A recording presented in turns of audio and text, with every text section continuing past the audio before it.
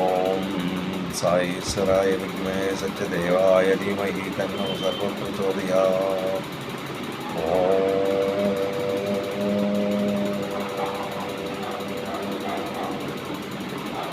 శాంతి శాంతి శాంతి. సాయిరామ్. మనం కర్మయోగంలో ఉన్నాం. కర్మయోగంలో మొన్న 21, 22 ఆ 2 శ్లోకాలు చెప్పడమైంది.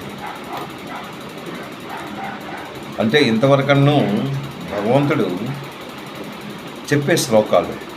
ఇది ఎవరు చెప్తున్నాడో అర్జునుడికి. ఒకటి సంఖ్యాయోగం అయిపోయింది. ఇక కర్మయోగంలో ఆయన కర్మ ఎలా చేయాలి ఏంటి ఒక్కొక్కటి బోధించుకొని వస్తున్నాడు. ఒక్కొక్క మెట్టు ఆయన ఎక్కిస్తున్నాడు అర్జునుడికి. అలాగే అర్జునుడికే కాక మనకు కూడా ఒక్కొక్క మెట్టు ఎక్కిస్తున్నాడు. ఆయన చెప్పే ప్రతి విషయం మనం ప్రతి శ్లోకంలో ఏం చెప్పాడు అన్నది మనం జాగ్రత్తగా విన్నట్టయితే మన తాలూకా ప్రభావం, మన తాలూకా ప్రవర్తన, మన జీవిత సత్యం, మనం ఒక మంచి దారిలో వెళ్ళడానికి ఆయన ఒక దారిని చూపిస్తూ ఉన్నాడు. ఆ దారిలో మనం నడిచినట్టయితే ఒక మోక్షం దగ్గరగా, అంటే భగవంతుడికి దగ్గరలా చేరుకోగల శక్తిని ఆయన మనకు ప్రసాదిస్తున్నాడు. ఇది ఎట్లా ప్రసాదిస్తున్నాడు అంటే, ఇది ఎలా అవుతుంది, ఇది సాధ్యమా? ప్రతి ఒక్కరికి ఇది సాధ్యమైనదే.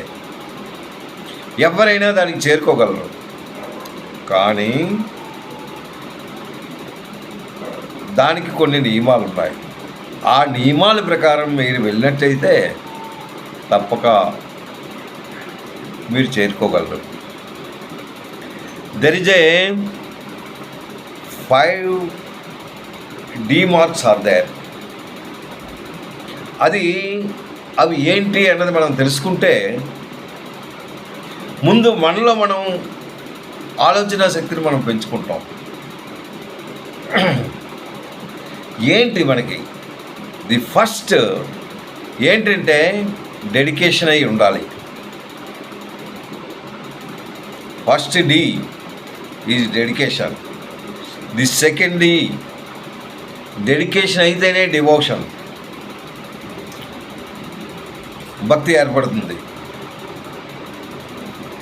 నీకు భక్తి ఏర్పడాలంటే when you are in the discipline, then only you will be reach that devotion. The discipline is very important.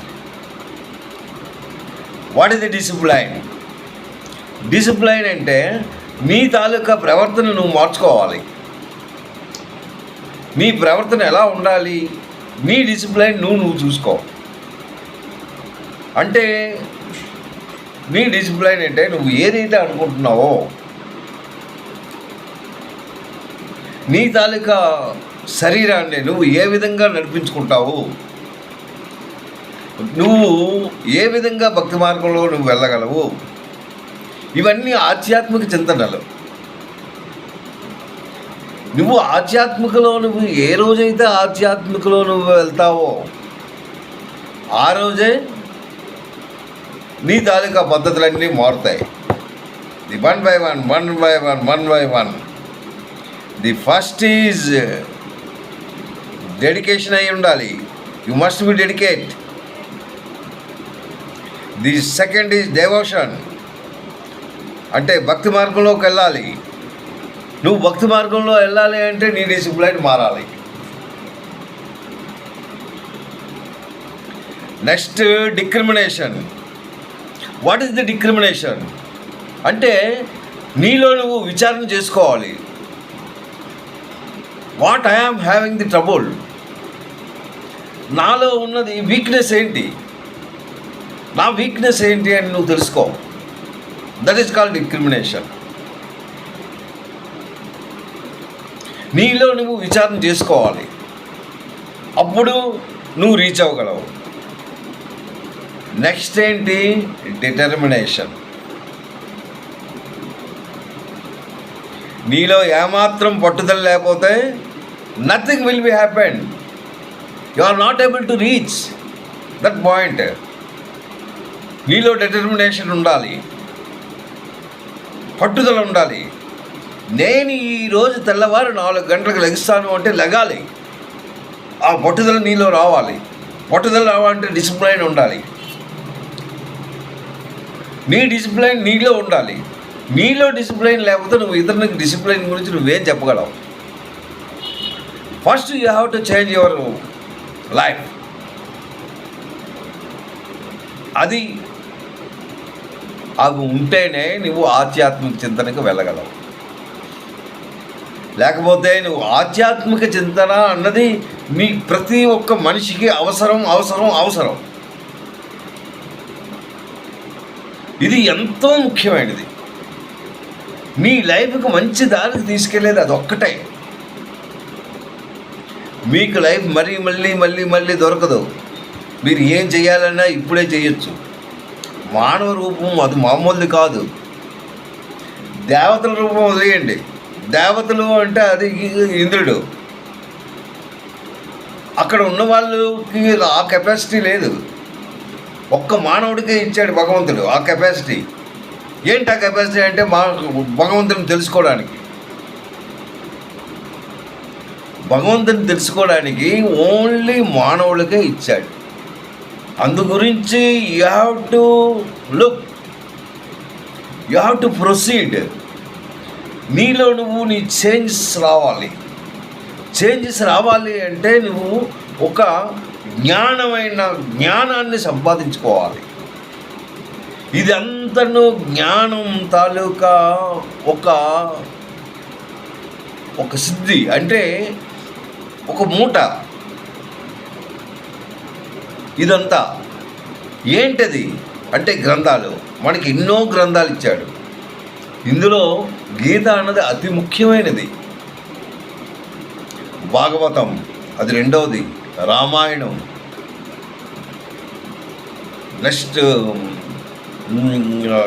ఒకటి ఎన్నో విషయాలు ఉన్నాయి. ఇవన్నీ మనం ఆ గ్రంథాలని చదువుతూ ఉండాలి. మనలో మనకు చేంజ్ రావాలి. ఎందుకంటే మనకి దెయ్యాలు ఉన్నాయి, బుర్రలోకి వెళ్ళిపోయి ఉన్నాయి, అవి బయటికి రావు. అది అడ్డగోడగా నిలిచింది. భగవంతుడికి నీకు మధ్యన అడ్డగోడగా నిలిచింది ఏంటి అంటే అహంకారం.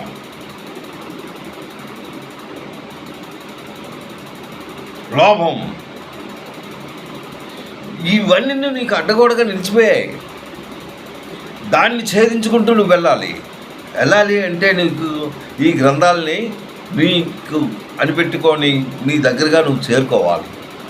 చేరుకుంటే కానీ నువ్వు అక్కడికి వెళ్ళలేవు. నిరంతరం భగవంతుని తలంపులో ఉండాలి. అది ఎలాగా? భగవంతుని ప్రేమతో నువ్వు పూజించాలి. He want love. భగవంతుని ప్రేమ కావాలి. ఆయన గురించి నువ్వు తప్పించాలి. ఇవన్నీ చేయాలి. ఇంకా నేను ఆ మార్గంలో వెళ్తే మనం ఈ శ్లోకాలు ఎన్నో ఉన్నాయి. ఇంకా మనం 3వ అధ్యాయంలో ఉన్నాం. 18 అధ్యాయాలు కంప్లీట్ చేయాలి. అది నా తాలూకా పట్టుదల. I want to sale 18 అధ్యాయస్. ఈ 18 అధ్యాయాల్లో సాంఖ్యయోగం 72 శ్లోకాస్ వెళ్ళిపోయాం. ఇప్పుడు 23, 24 అంటే 25 శ్లోకాస్ అయ్యాయి. ఇది 45 శ్లోకాస్. ఇది మనం కర్మయోగం అయిపోతుంది. కర్మయోగం అయిపోయిన తర్వాత జ్ఞాన కర్మ సన్యాస యోగం. జ్ఞానము, కర్మము, సన్యాస యోగం ఏంటి అనేది మనం తెలుసుకుంటాం. ఒక్కొక్క మెట్టు మనం ఎక్కుతున్నాం. అది మీరు గుర్తుంచుకోండి. అయితే ఇంతవరకు 21 శ్లోకాలు అయ్యాయి.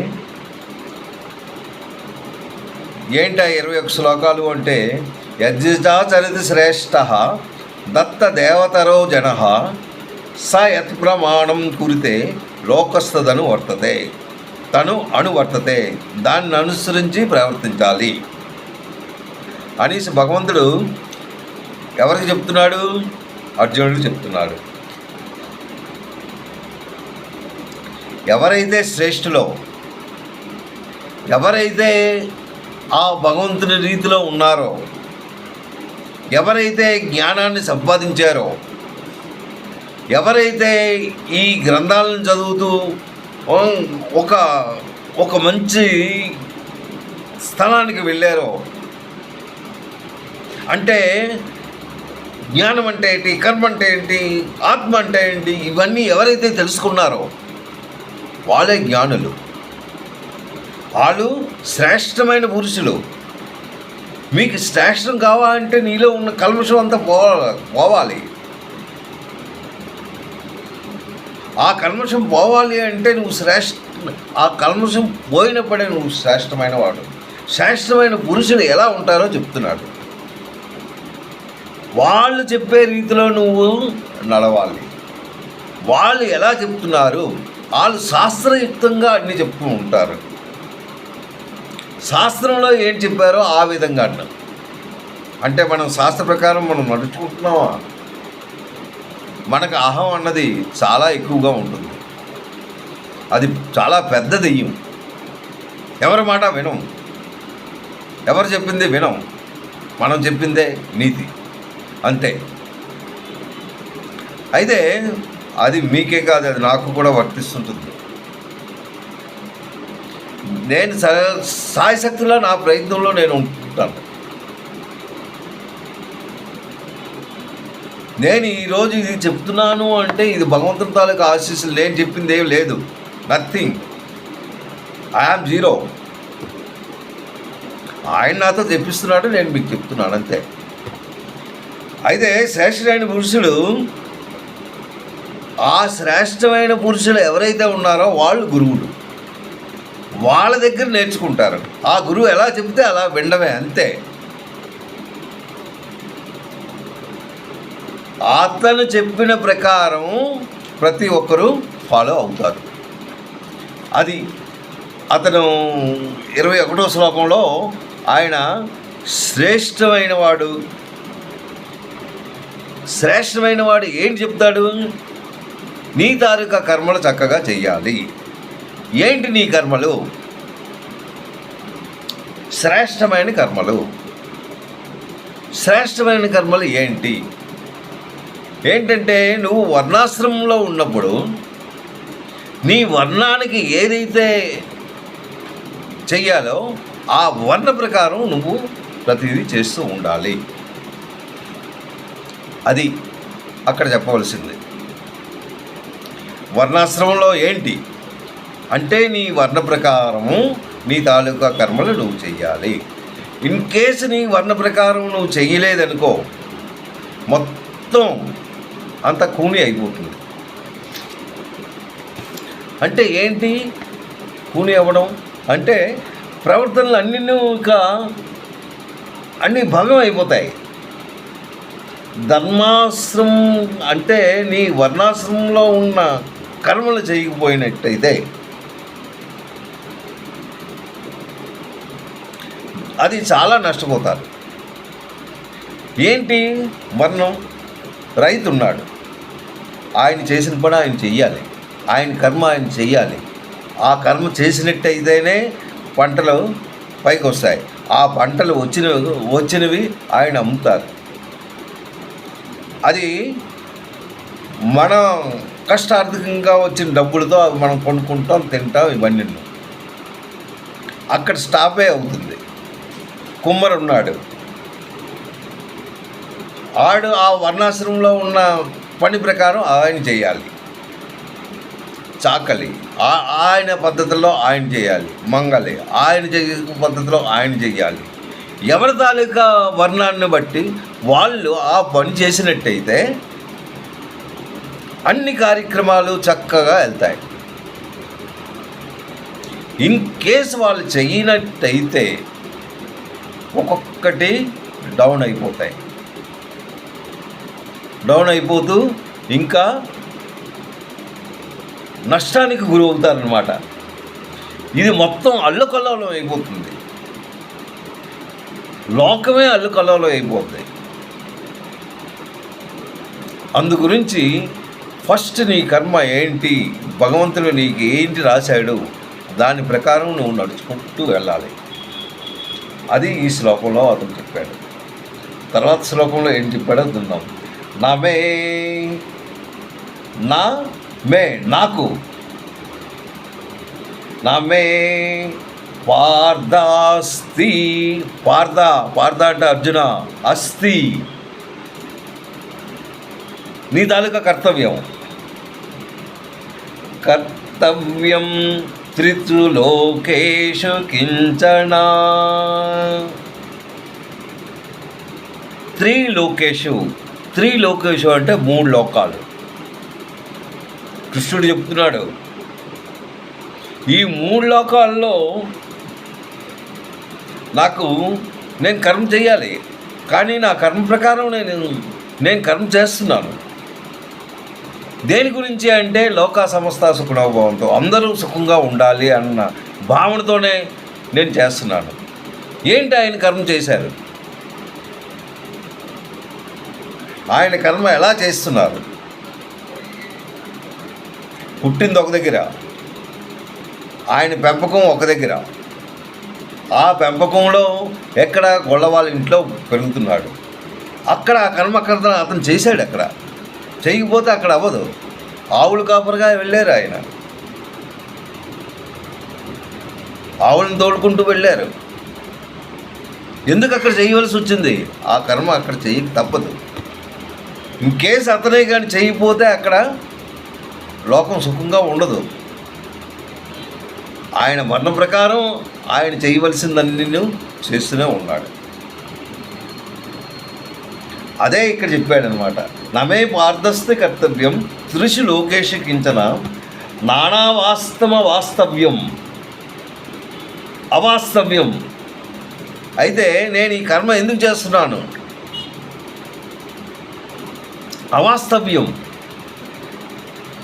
అవాస్తవ్యం అంటే ఇన్ కేసు ఆ కర్మల్లో నాకేం లాభం లేదు. నేను చేస్తున్నాను కానీ ఆ కర్మ వలన అది నాకు అవసరం లేదు. ఈ 3 లోకాల్లో కూడా నాకేమీ అవసరం లేదు. నేను ఏదో కర్మ చేస్తే నాకు ఇంత లాభం వస్తుంది అనేసి నేను కర్మ చేయట్లేదు. అందరికీ సుఖం గురించే నా కర్మను నేను నిర్వర్తిస్తున్నాను. నేను భగవంతుడినే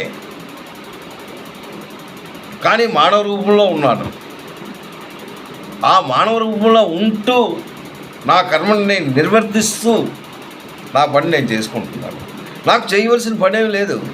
ఈ ఒక్క భూలోకంలో కాదు, ఈ 3 లోకాల లోపల నాకేమీ పని లేదు. అయినా నేను చేస్తున్నాను అంటే లోకా సమస్త సుఖనోభవంతో, అందరూ ఆనందం గురించి నేను చేస్తున్నాను. మీ అందరూ సుఖంగా ఉండాలి అన్న కర్తవ్యం అన్నమాట. నానా వాస్తవ్యం వర్త ఏవచ కర్మణి అయినా నేను కర్మయందే నేను చేస్తున్నాను. ఓ అర్జున, ఈ 3 లోకముల యందు నాకు ఇది చెయ్యాలని నాకేం లేదు. ఆ తర్వాత నేను ఈ కర్మ చేసిన నాకు ఈ వస్తువులు వచ్చేస్తాయి అని కూడా నాకు అవసరం లేదు. ఏ వస్తువు మీద నాకు ఏం లేదు. ఎందుకు? ఈయన భగవంతుడు వస్తువులను సృష్టించాడు ఆయనే, మనుషులను సృష్టించాడు ఆయనే. అన్నీ ఆయన సృష్టించిన తర్వాత ఆయన వస్తువుల మీద ఎందుకు ఉంటుంది? నాకు ఏ వస్తువు మీద నాకు పొందాలని కూడా నాకు లేదు. అయినను నేను కర్మల యందే నేను ఉన్నాను, కర్మలు చేస్తూనే ఉన్నాను అనేసి ఈ శ్లోకంలో ఈ ఎక్కడ మానవులకు మాత్రం ఈ భూలోకంలో ఏదైతే కర్మలు చేయాలో ఆ కర్మలు చేస్తూనే ఉండాలి.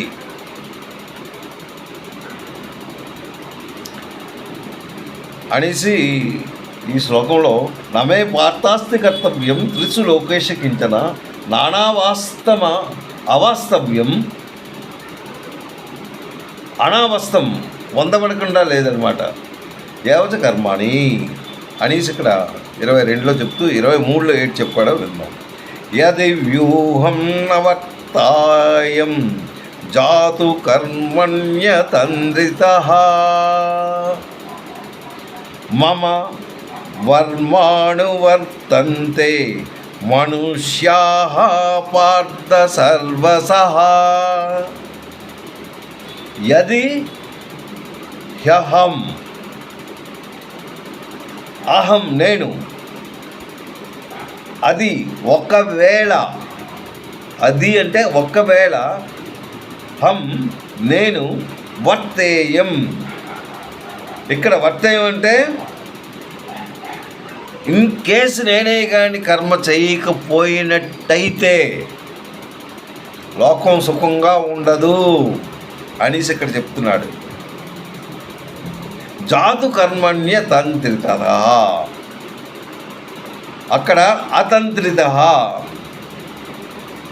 నువ్వు కర్మ చెయ్యాలి, నువ్వు సావధానుడిగా ఉండాలి అంటున్నాడు. మమ నా వర్మాణు అంటే వర్త్మ అంటే మార్గం, నా మార్గాన్నే అనువర్తంతి అనుసరించదురు. దేనికి? ఈయన